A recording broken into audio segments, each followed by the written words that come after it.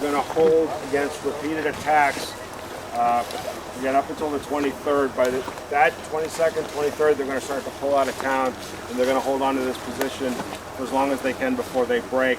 But a lot of the most intense fighting is 17, 18. Eventually the Germans are going to bring up tanks, and they're going to repel several armored attacks, and then massed infantry assaults. And it's going to be the engineers and assorted headquarters troops up here. So what we can do, like I said, if you want to keep them whole, go back into the woods and see what we can find. We'll walk around there a little bit, and then we'll continue on up the road. Be careful when you cross.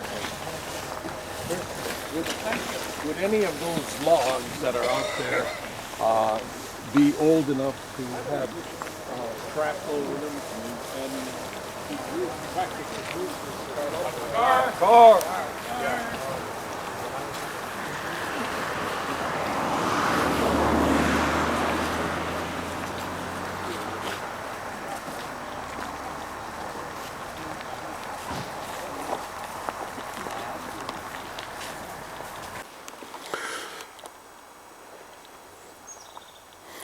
In the forest outside Saint-Vith,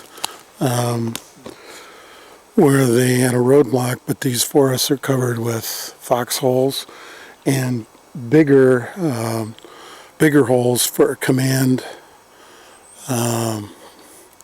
holes or command centers, such as this one here as an example. It's kind of filled in, but you can see the walls that it's been dug out and the dirt's been piled around, and there are a number of these. Chris said the last time he was here they found a helmet and a bunch of shrapnel. So if you go down in the hole, you can get a sense of how big this thing was.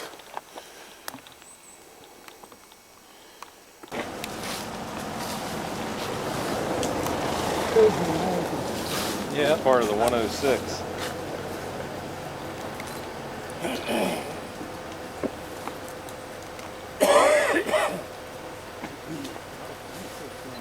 This is a guy, his father was a commander, or in part of the command.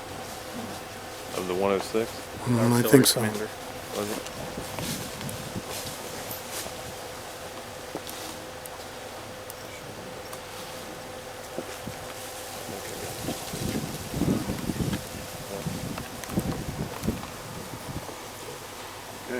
I'll read a passage here from a guy who was in Wood's column as they were trying to get back to St. Vith, Don Holtzmuller.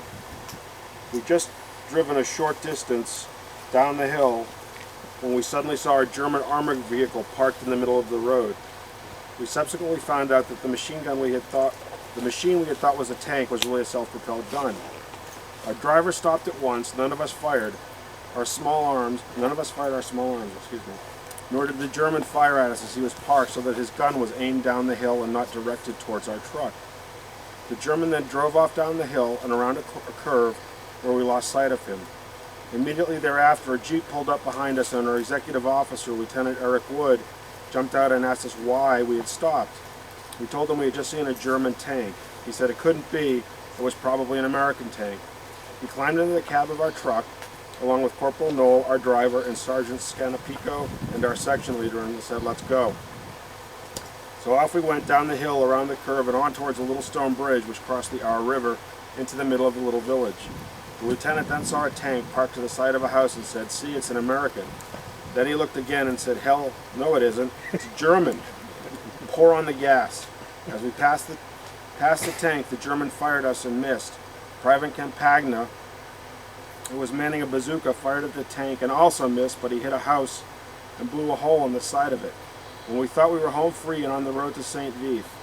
But when we went around a curve, we faced another self-propelled gun with its cannon pointed right at us. We also saw about 3 or 4 German soldiers with automatic weapons beside the gun. Corporal Knoll stopped the truck, and we enlisted men jumped off to the left into a ditch. Lieutenant Wood jumped out the opposite side and ran up the hill into the woods. Immediately after we got clear, the German self-propelled gun fired a round into the motor of our truck. blowing metal and shrapnel all around. One American truck had been stopped before ours, and when we escaped from the truck to the ditch, we found that we had joined a lieutenant colonel and 4 black soldiers from an American 155 artillery battalion. So Wood's going to come up into the woods here, and the next village we're going to go to is called Walleroda, and those next couple of nights, the people in the village can hear gunfights. They hear sporadic gunfire up in the woods here. On the 18th, Wood goes into the town and he finds somebody to give him some food, and then he goes back out again. And then for the rest of the time that the Germans are here, periodically they'll just hear a little burp gun go off or something happen, and then after a while it gets quiet. And then when the Americans pass through here at the end of the battle, they're going to find Wood's body here, and then around his body are going to be 7 dead Germans. So this was Wood's private battle of the Bulge, and he fought his own war for as long as he could until they got him. And then the people of the village put up this marker here for him. So this isn't Americans didn't do this or anybody else, it's the locals that did it. And they said when they found his body that it hadn't been looted or picked over. So that led some people to believe that he died with guns blazing as opposed to being taken prisoner, stripped of all of his belongings, and then having something happen. He went out. You know what he was armed with? Obviously, probably a sidearm, but carbine. Sidearm and a Thompson. Yeah, that means he was up close and personal.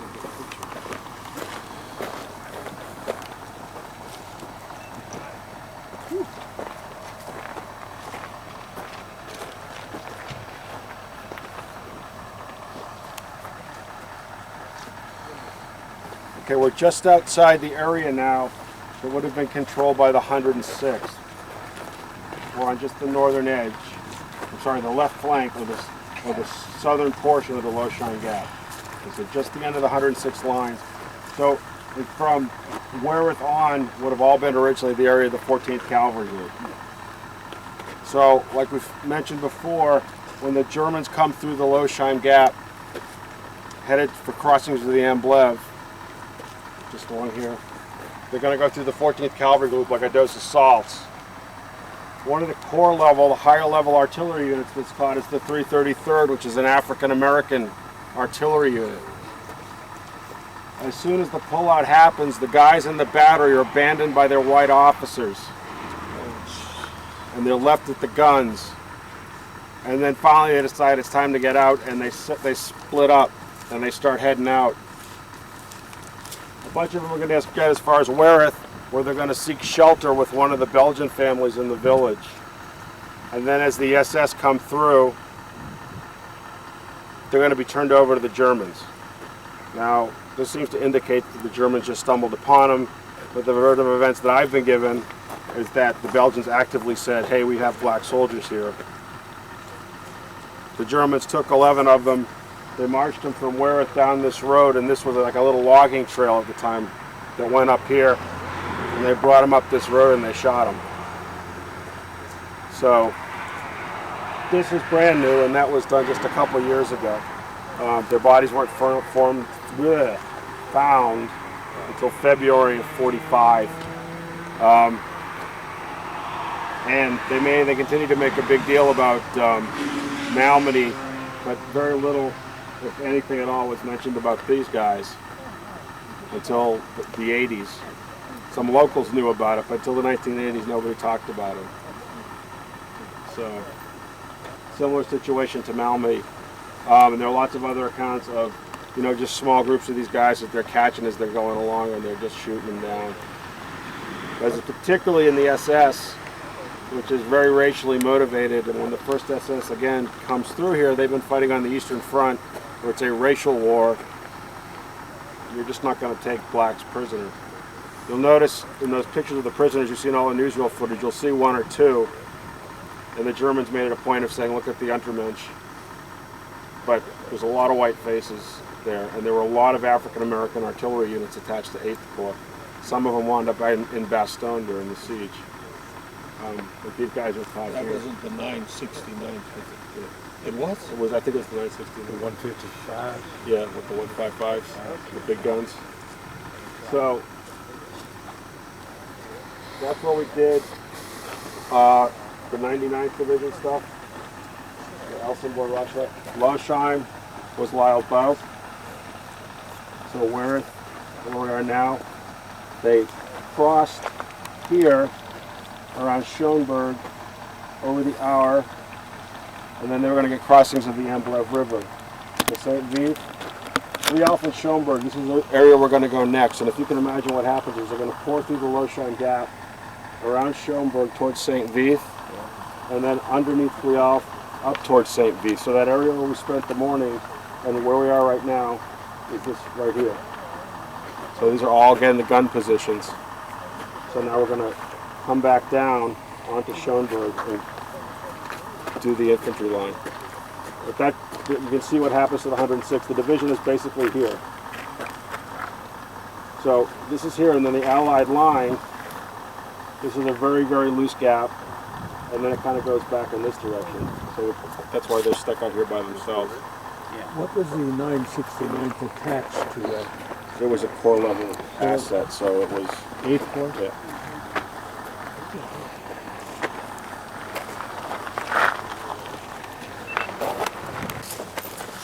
But, you know, that sign up there is new, so that's a good indication, but it used to not even be on the corps pamphlets or flyers.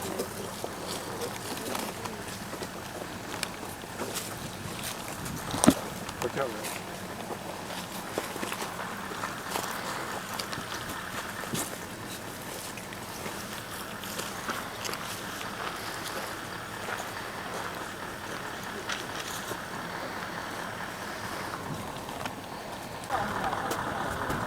I wouldn't expect these goddamn trees to start exploding when they're driving through.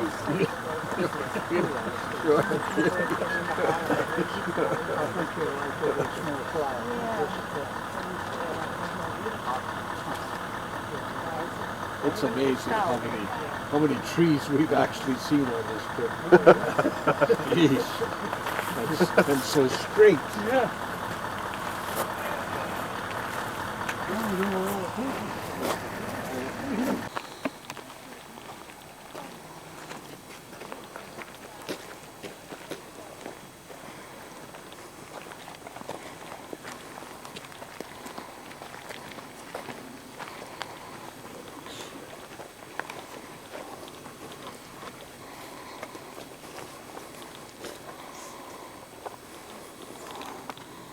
Right now is a place at the time that was called the Engineers Cutoff. What's going to happen is we take this road up, we're going to go to the town of Lialf, which I said was the other side of the other rear areas as they launched that pincer, the Schoenberg and Lialf. By Lialf, the Germans had artillery spotters on their side of the road.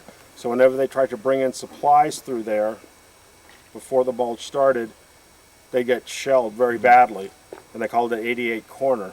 So eventually, the U.S. engineers are going to cut this road so they can avoid 88 Corner. Later, as the breakthrough starts to begin, they're going to try to get down this road because they want to get through Schoenberg, they hope, before the Germans take it.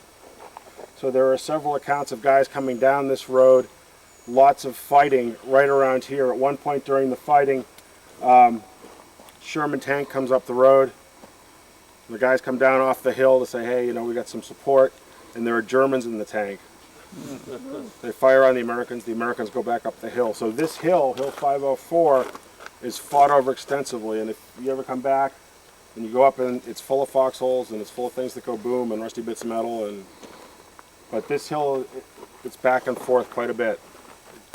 Because again, the infantry is going to come off the main line and try to push down and get out of the trap. But by the time, remember me saying that they had orders to attack to the northwest, and then they start moving in that direction and they're called back and they go straight.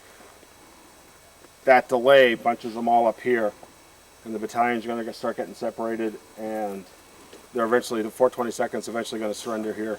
At one point, Cavender comes down the road, He sees that he can't get his regiment into the town and out, and that's where he makes the decision to surrender. And one of the guys in 1st Battalion headquarters, this is what he wrote.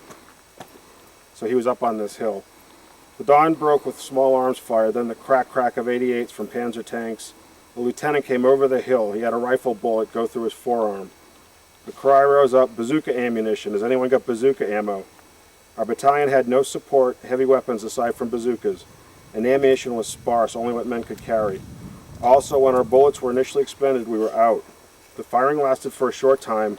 Then I saw our line companies en route, running in the ravine up my left, which most likely was, to his perspective, this road, or somewhere along this road. I could plainly see our infantrymen running for cover. However, with 88s falling in their midst, it was a turkey shoot for the panzers. Then a cry, surrender. The 88s stopped, men were surrendering, and I asked, what do I do? Captain Moon told me to destroy my weapon and my map case. Then they went off. I buried my map case and destroyed my M1 and pistol, flinging the parts as far as I could. I then went down the hill to join with the surrendering troops. So that's all going to happen right in this area here. So what we'll do then is we'll continue on to the road to Bleoff. We'll talk about the other regiment, and then we'll get up to all the foxholes and the bunkers up on the Schnee Eifel. If you can see the town on that ridge line up there, the Germans are going to start coming from that direction down into Bleoff, and they're going to have 88s and spotters in that town, which is why this whole area was 88 Corner back behind us as we were coming into town. This town is going to be fought over back and forth for the first couple of days, very, very fiercely, lots of hand-to-hand combat. Because during the initial attack, it's the infantrymen are up in their holes on the Schnee Eifel. What first gets sent down here are MPs, some artillerymen, and odds and sods guys fighting as engineers. Because again, what Jones is trying to do is keep corridors of retreat open for his guys that are trapped up on the Schnee Eifel. And John Hilliard Dunn was a military policeman guarding some German prisoners. And he says, towards the first evening, wounded began to filter into the positions, and he had a chance to talk to a man from Cannon Company. So, and this is what that straggler said. So you want to know what the hell Cannon Company is doing? Fighting in Bleoff, he said as he rubbed the bandage on his right leg. The goddamned Heine infantry takes Bleoff in a surprise move. Our rifle companies are too damn busy to do anything about it. Besides, cannons run out of ammunition for the guns by now anyway. He stopped to light a cigarette. Understand, I ain't beefing, but hell, village fighting with carbines and damn few grenades ain't no picnic. What the hell though, somebody's got to try to take the damn town back. Ain't no other way of getting to division at St. Vith. We did take her back, the GI went on. Don't ask me how, they don't let us keep it long. They come back with artillery fire and then mortars and then infantry. There's cannon guys left back there, but they ain't moving. We lit another cigarette from his butt. That's how it is, Mac, but where the hell do we go from here? By the end of the fighting here in the town, during the battle, the priest is going to remain in the church, and at the end of the fighting, he's going to come outside of the churchyard and he's going to count 200 bodies just in the churchyard here. The Germans are later going to use this as a prisoner collecting area, and one of the prisoners who's held here before being shipped to Germany is Kurt Vonnegut, who later goes on to write Slaughterhouse 5. So he's captured around here, and he's brought here to this church before he's taken back and begin his POW experience, which interrupted Dresden. Oh, he's captured here, and then he's sent to Dresden. So, for those of you English majors in the audience. Damn right. I didn't major in English, but that was a good book. The guys were captured over here. How long were they held prisoner? Just for a few months because the war was... Well, for the end of the war. April sometime. How come there's so few crosses in this cemetery compared They were to all destroyed. destroyed?